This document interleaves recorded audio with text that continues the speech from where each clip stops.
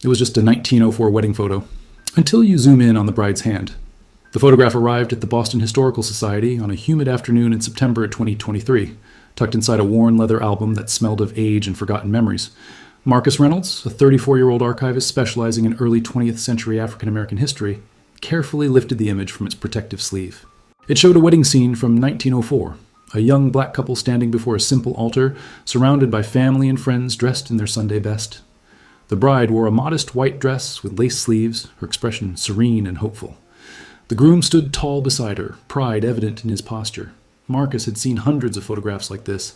Black families in Boston at the turn of the century had fought hard to document their lives, their joy, their milestones, proof that they existed, that they mattered. Despite a world that often tried to erase them, these images were precious, each one a small act of resistance against invisibility. He placed the photo under the magnifying light, beginning his routine examination. The details slowly emerged. The texture of the bride's dress, the wooden pews of what appeared to be a small church, the faces of guests captured mid-smile. Then his attention shifted to the bride's left hand, resting gently against her dress as she held a small bouquet of flowers. Marcus leaned closer. His breath caught. There, just visible beneath the delicate lace of her sleeve, was a small crescent-shaped scar on the inside of her wrist. Distinctive, perhaps half an inch long, the kind of mark that told a story, but it wasn't the scar itself that made his pulse quicken. It was the recognition. 3 months earlier, Marcus had been cataloging up police records from 1903, documenting cases involving the black community in Boston. Among them was a missing person report for a young woman named Clara, last seen near the Harbor District. The report included a detailed physical description, and one feature had been emphasized, a crescent-shaped scar on her left wrist, the result of a childhood accident. He pulled up the digital file on his computer, hands trembling slightly as he compared the images. The wedding photo was dated May 1904. Clara had disappeared in August 1903, 9 months earlier. Marcus sat back in his chair, his mind racing. The scar matched perfectly. The same size, the same location, the same unusual shape. But the woman in the wedding photo was identified in faded handwriting on the back as Grace and Thomas, May 14, 1904. If this bride was Clara, then who was Grace? And why would a missing woman appear in a wedding photo under a different name, just months after vanishing without a trace? Marcus spent the next 2 days buried in archives, pulling every document he could find related to the 1903 disappearance. The missing person report had been filed by a man named William, who identified himself as Clara's employer. She had worked as a domestic servant in his household in Beacon Hill, one of Boston's wealthiest neighborhoods. According to William's statement, Clara had left the house on the evening of August 12th to visit her sister and never returned. The police investigation had been minimal, a pattern Marcus recognized all too well. In 1903, when a black woman went missing, the authorities rarely invested significant resources. The case file contained only 3 documents: the initial report, a brief interview with Clara's sister, and a closing notation dated September 1903 stating that no leads had been found. The case would remain open, but inactive. Marcus found the sister's interview particularly haunting.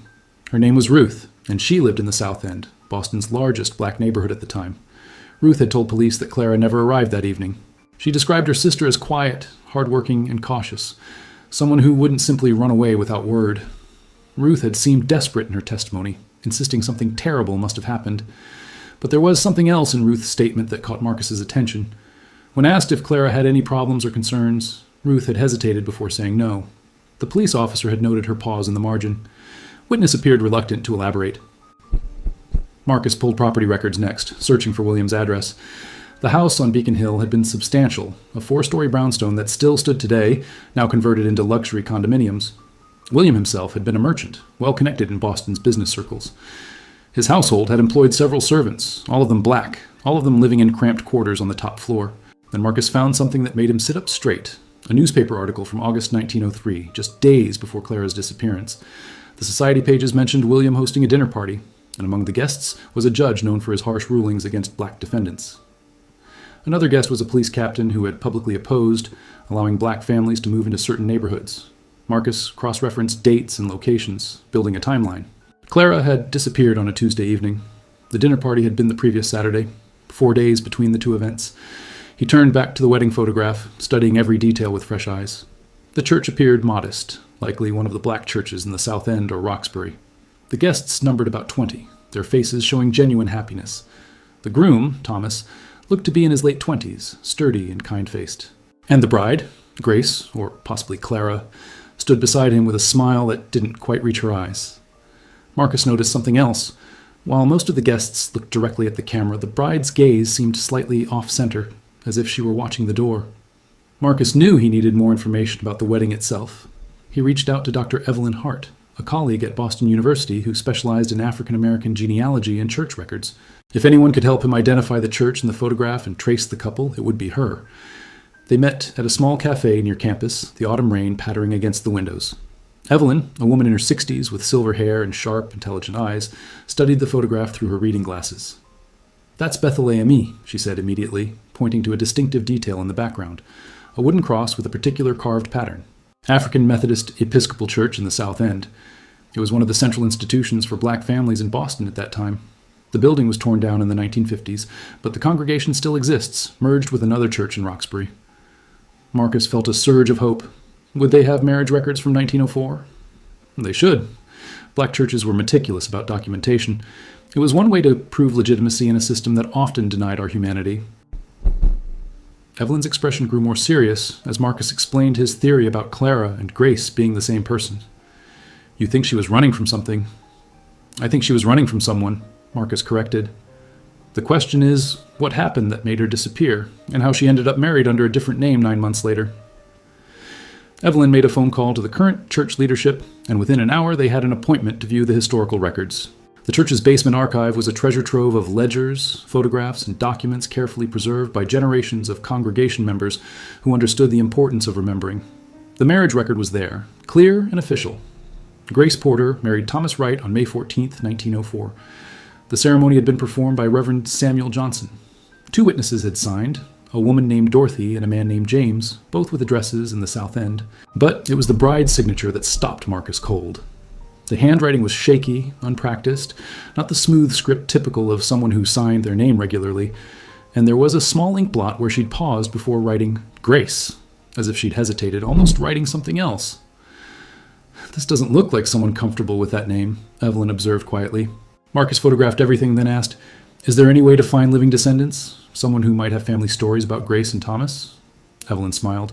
"In the black community, family histories are passed down like precious heirlooms. If their descendants are still in Boston, someone will know the stories. Let me make some calls." Over the next week, Evelyn worked her network of genealogists, church historians, and community elders. Meanwhile, Marcus continued digging into Clara's background. He found her listed in the 1900 census, living with her sister Ruth and working as a laundress. No parents were listed, suggesting they had either died or been separated during the years following slavery. Then he found something that changed everything, a small newspaper article from July 1903, 1 month before Clara disappeared. It was buried in the back pages, easy to miss. A black woman had testified in court against a white businessman accused of fraud. The woman's name wasn't mentioned, but the article noted she had been employed in the businessman's household and had witnessed irregular financial dealings. The businessman's name was William. Marcus's hands trembled as he pulled every court record he could find related to the fraud case. The proceedings had been held in July 1903 at Suffolk County Courthouse. William had been accused of embezzling funds from business partners, using falsified documents to cover his tracks. The case had been built largely on documentation, but there had been one witness who provided crucial testimony about William's practices, a domestic servant who had seen him forge signatures and destroy evidence. The court transcripts didn't name the servant directly, following a common practice of the time when black witnesses testified against white defendants. She was referred to only as the housemaid. But the testimony itself was detailed and damning. She described specific dates, specific actions, even quoted conversations she had overheard. William had been found guilty and fined heavily, though he avoided prison time due to his connections. The case had concluded on August 9, 1903, just 3 days before Clara disappeared. Marcus felt the pieces clicking into place. Clara had testified against her employer, risking everything to tell the truth. And then, days later, she had vanished. He needed to find Ruth, Clara's sister. The 1903 address was still on record, a boarding house in the South End that no longer existed. But Evelyn's genealogical network came through. Ruth had married in 1905, had 3 children, and her descendants still lived in the Boston area. One of them, a great-granddaughter named Patricia, was a retired schoolteacher living in Dorchester. Patricia welcomed Marcus into her home on a cool October afternoon. She was in her 70s, her living room filled with family photographs spanning generations. When Marcus showed her the wedding photo, her eyes widened. "That's my great-great-aunt Grace," she said immediately. "My grandmother told me stories about her. She was married to Thomas Wright, my great-great-uncle." They had 2 children, lived their whole lives in Roxbury. Did your grandmother ever mention anything unusual about Grace? About how she and Thomas met? Patricia's expression shifted, becoming more guarded. Why are you asking? Marcus explained carefully, showing her the missing person report for Clara, pointing out the matching scar. He watched Patricia's face cycle through surprise, confusion, and then something that looked like recognition. My grandmother once told me something, Patricia said slowly. When I was young, maybe 12 or 13, she said that Grace came to their family under difficult circumstances, that she'd been running from danger. She said the church community protected her, helped her start a new life. Patricia paused, her voice dropping. She said Grace's real name was something else, but we were never to speak of it. It was for her protection, even after she died. Clara, Marcus said softly. Patricia nodded slowly. My grandmother never told me the full story. She said some secrets were meant to stay buried, that digging them up would only bring pain. She looked down at the photograph in her hands, but she also said Grace was the bravest woman she'd ever known and that Thomas loved her with everything he had. Marcus leaned forward. Patricia, I think Clara testified against a dangerous man, and when he was convicted, she had to disappear to stay safe. The church community gave her a new identity, a new life. This photograph is proof of her courage. Patricia's eyes glistened. What happened to the man she testified against? I don't know yet, but I intend to find out. Marcus's next step was to understand how Clara could have disappeared so completely and reemerged as Grace. In 1903, changing one's identity wasn't as difficult as it would become later. There were no social security numbers, no universal database of citizens, but it still required help, resources, and a network of people willing to keep a secret. He reached out to Dr. James Mitchell, a historian at Northeastern University, who had written extensively about black mutual aid societies in early 20th century Boston. They met at the university library, surrounded by leather-bound volumes documenting the rich organizational life of Boston's black community. What you're describing, James said after hearing Marcus's theory, fits a pattern we've seen in other cases. Black churches and mutual aid societies often protected community members who were in danger, especially women fleeing abuse or persecution. It was an informal underground railroad of sorts, but instead of fleeing slavery, people were escaping violence, exploitation, or legal persecution. James pulled out several books, showing Marcus documentation of these networks. The African Methodist Episcopal Church was particularly active in this. They had established protocols for helping people relocate, change their names, find work and housing. It was all done quietly, with the understanding that white authorities couldn't be trusted to protect black lives. So Clara could have gone to Bethel AME after she disappeared, Marcus reasoned, and they would have helped her become Grace. Absolutely. And if she was in real danger, if testifying against William had put her life at risk, the community would have closed ranks around her. No one would have told the police where she was, even if they'd bothered to ask seriously. Marcus thought about the wedding photograph again, about the 20 guests who had witnessed Grace and Thomas's marriage. Every one of them would have known the truth, or at least suspected it, and every one of them had kept the secret. He spent the next several days tracing what happened to William after his fraud conviction. The businessman had lost much of his standing in society, his name appearing less frequently in society pages and business announcements, but he hadn't disappeared entirely. He'd continued operating, though on a smaller scale, until his death in 1919. Then Marcus found something chilling. Another missing person case from 1904, filed in February, just 3 months before Clara and Thomas's wedding. A young black woman who had worked in a different household had vanished. No connection to William was noted in the report, but Marcus checked property records and found that the woman's employer had been a business associate of William's. The pattern was becoming clear, and it made Marcus's stomach turn. Clara's testimony hadn't just exposed William's fraud. It had embarrassed him publicly, damaged his reputation, cost him money. And in 1903, Boston, a black woman making a white man look foolish in court, wasn't just brave, it was dangerous. Marcus returned to Patricia's house, this time bringing copies of everything he'd found. They sat at her kitchen table, the autumn sunlight streaming through lace curtains as he laid out the timeline. Your great-great-aunt didn't just disappear, Marcus explained gently. She was hidden. The church community saved her life by giving her a new identity.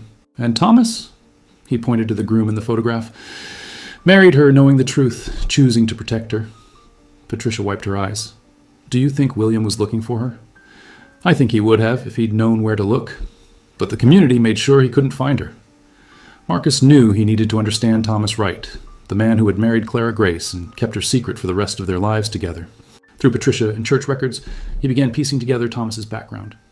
Thomas had been born in 1876 in South Carolina, the son of formerly enslaved people.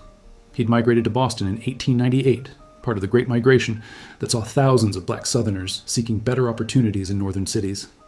In Boston, Thomas had found work as a carpenter, a skilled trade that allowed him to earn a decent living and gain respect within the black community. By 1904, Thomas was 28 years old, established in his trade, and active in Bethel AME Church. According to church records, he served as a deacon and helped maintain the building, using his carpentry skills for repairs and improvements. Patricia shared what her grandmother had told her about Thomas. She said he was a quiet man, thoughtful and kind. He didn't talk much, but when he spoke, people listened. And she said he loved Grace absolutely, that he would have done anything to protect her. Marcus found Thomas's name in city directories from 1904 onwards, listing him as a carpenter with an address in Roxbury, a neighborhood where many black families had settled. The couple had 2 children, a daughter born in 1905 and a son born in 1907.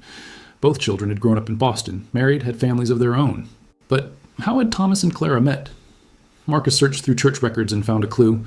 In early 1904, Thomas had been part of a church committee that helped new community members find housing and employment. It was exactly the kind of role someone would have if they were part of the protection network. Marcus reached out to more of Patricia's relatives, eventually connecting with Robert, Patricia's cousin, and a great-great-grandson of Thomas and Grace. Robert, a retired postal worker in his late 60s, invited Marcus to his home in Hyde Park. "My father told me something once," Robert said, after Marcus explained his research. He said his grandfather Thomas, my great-grandfather, once told him that the most important thing a man could do was stand beside someone who needed protection, even when it cost him something. "Did he say what it cost?" Marcus asked. Robert nodded slowly. Thomas had been courting another woman before he met Grace. My father said the relationship ended because Thomas chose to marry Grace instead. There were whispers in the community, questions about why he'd married her so quickly, why no one knew much about her family or background. But he married her anyway. "He married her anyway," Robert confirmed. And from what my father said, they were happy together, really happy. Grace was quiet, kept to herself mostly, but she was devoted to their children and to Thomas. And Thomas treated her like she was precious, like he'd been given something valuable to protect. Marcus felt the story crystallizing. Thomas hadn't just married a woman in need of protection. He'd fallen in love with her, chosen her, built a life with her, knowing that her past could never be fully spoken about. "Did Grace ever talk about her life before the marriage?" Marcus asked. "And not according to my father. She focused on the present, on their family, on building their life together. But my father said that sometimes, especially in her later years, she would get a distant look in her eyes, like she was remembering something from long ago, and Thomas would take her hand and she'd come back to the present." Marcus continued researching William's activities after the fraud trial, and what he found suggested that Clara's fear had been well-founded. In September 1903, just 1 month after Clara's disappearance, a fire had destroyed the boarding house where Ruth lived, the same address Clara had supposedly been visiting the night she vanished. The fire had been ruled accidental, blamed on a faulty lamp. But the timing troubled Marcus. He found newspaper accounts describing how residents had barely escaped, how Ruth and her neighbors had lost everything. There was no mention of anyone being injured, but the message was clear. People close to Clara weren't safe. Ruth had moved shortly after the fire, leaving the South End for Roxbury. Marcus traced her movements through city directories and found that she'd settled on the same street where Thomas and Grace would live just a year later. The proximity wasn't coincidental. The sisters had stayed close, with Ruth helping to maintain Grace's secret while remaining part of her life. Marcus found Ruth's obituary from 1947. She'd lived to be 73, outlived her husband, and had been described as a pillar of the community, and devoted to her church and family. There was no mention of a sister named Clara, but Grace was listed among the mourners, along with devoted nieces and nephews. The more Marcus investigated, the clearer it became that Grace had lived her entire married life under the weight of her secret. She'd raised her children, attended church, participated in community life, all while knowing that her true identity could never be revealed. He found photographs from later years, Grace and Thomas at their daughter's wedding in 1926, both looking older but still close, Thomas's hand resting protectively on Grace's shoulder. Grace, at age 60 in 1935, surrounded by grandchildren, her expression peaceful but guarded. Thomas's obituary from 1942, describing him as beloved husband of Grace, and noting his decades of service to the church and community. Grace had lived until 1952, dying at 77. Her obituary was brief but warm, noting her devotion to her family and church. There was no mention of where she'd been born, no reference to parents or early life. The obituary began with her marriage to Thomas in 1904, as if her life had started then. In a way, Marcus realized it had. Clara had died in 1903, erased by necessity. Grace had been born to take her place, to live safely, to love and be loved without fear. But Marcus found one more document that brought the danger into sharp relief. A letter from 1908, preserved in church archives, written by Reverend Samuel Johnson, the same Reverend who had married Thomas and Grace. In the letter, addressed to another AME minister in New York, Reverend Johnson discussed the church's responsibility to protect vulnerable community members. He wrote, "We have in our congregation several souls who came to us fleeing persecution and danger.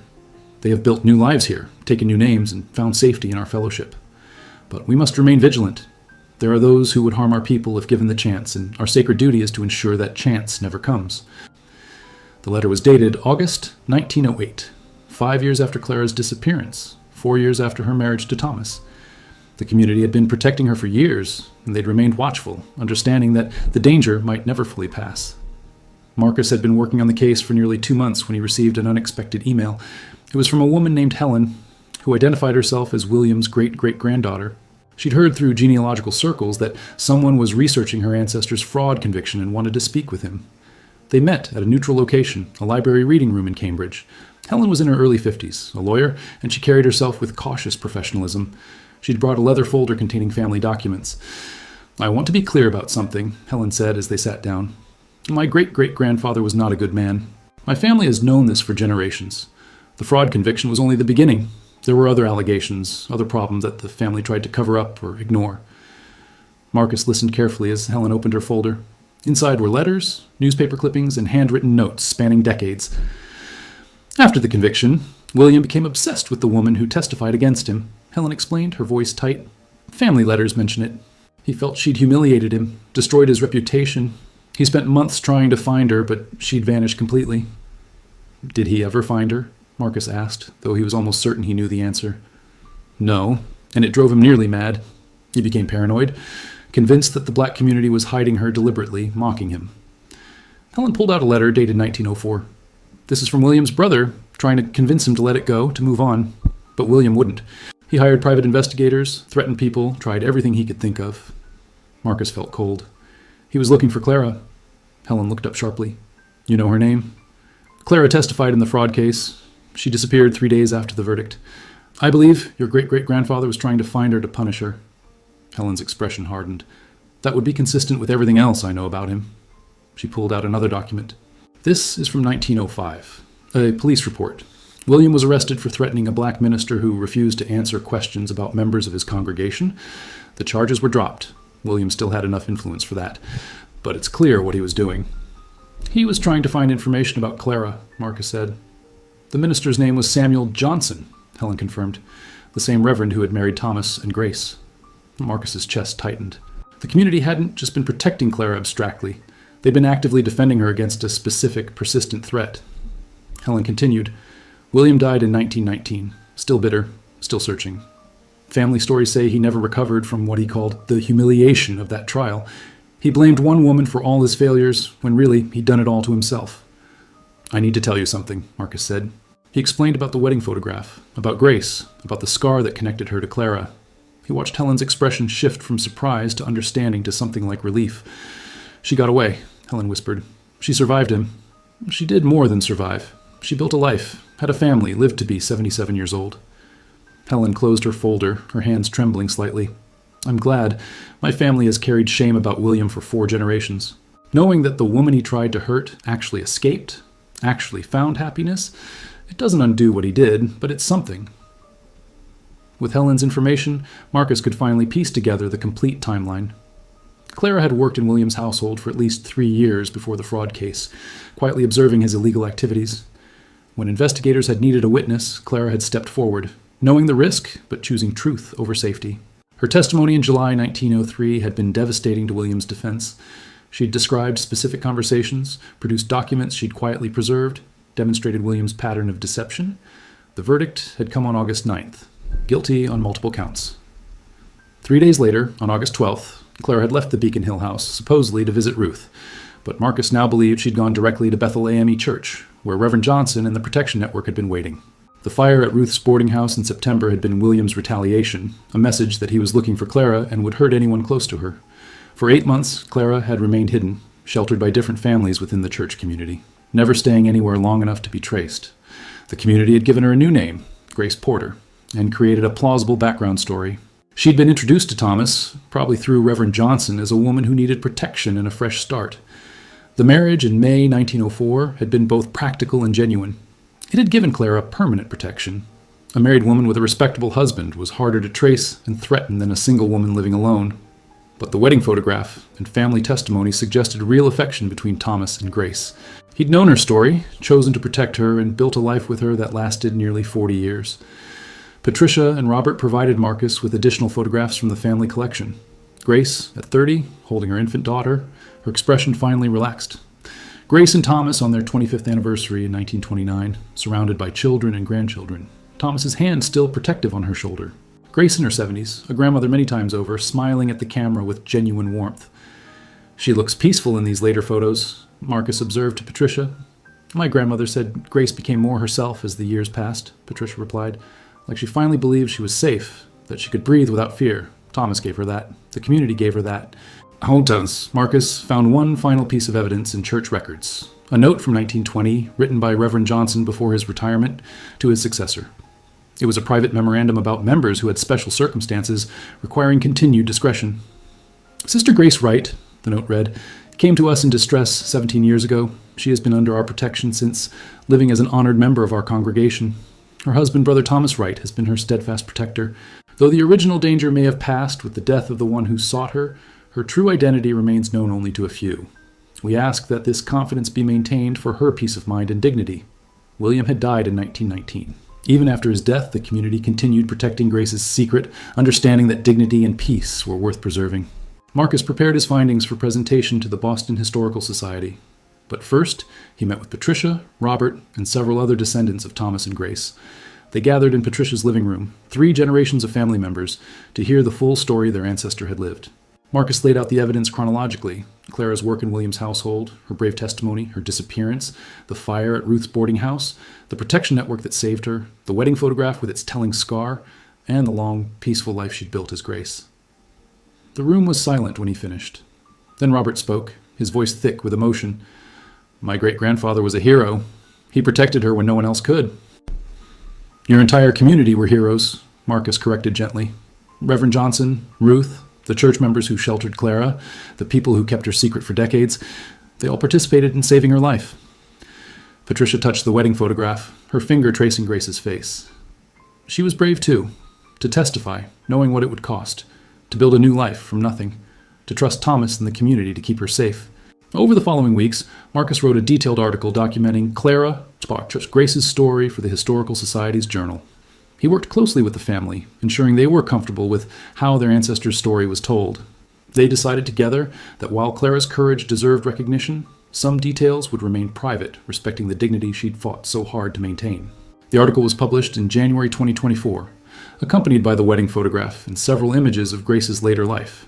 It told the story of a black woman who'd stood up to power, paid the price, and been saved by her community's love and solidarity. It highlighted the protection networks that black churches and mutual aid societies had created, the quiet heroism of people like Thomas, who had opened their lives to shelter someone in danger. Local media picked up the story. Grace's descendants were interviewed, sharing family memories and photographs. The current congregation of the church that had absorbed Bethel AME held a special service honoring Grace's memory and the tradition of protection their ancestors had maintained. Helen, William's descendant, attended the service. She stood at the back, tears streaming down her face, and afterward approached Patricia. "Thank you," Helen said quietly, "for letting her story be told, for showing what real courage looks like. My ancestor tried to destroy her, but your ancestor survived and thrived. That matters." Patricia embraced her, and in that moment a historical wrong found a measure of peace. Marcus stood in the church, looking at a memorial display the congregation had created. The wedding photograph was there, enlarged and restored, showing Grace and Thomas frozen in that moment of hopeful beginning. Beside it were later photos showing Grace's life, as a mother, grandmother, community member, beloved wife. The crescent-shaped scar that had started his investigation was barely visible in the wedding photo. Hidden beneath lace, a small mark carrying an enormous story. But now that story was known, honored, preserved for future generations. Grace had lived 57 years under her chosen name, 48 of them as Thomas's wife. She'd raised children who became parents and grandparents. She'd attended church, laughed with friends, grown old in safety. Clara's courage in that courtroom in 1903 had cost her one life, but the community's protection had given her another, fuller, longer, filled with love. As Marcus left the church that evening, he thought about all the old photographs still waiting in archives and albums, each one potentially holding stories like Grace's. Stories of courage, sacrifice, community, and love. Stories that deserved to be found, understood, and remembered. The wedding photograph had seemed ordinary at first glance, just another young couple beginning their lives together. But when you zoomed in, when you looked closely at the bride's hand, you found a scar that told a story of testimony, danger, disappearance, protection, and ultimately survival. Grace's story was now part of history, her courage finally recognized, and the community that had saved her, Reverend Johnson, Ruth, Thomas, and countless others who'd kept her secret, were honored as the heroes they'd always been.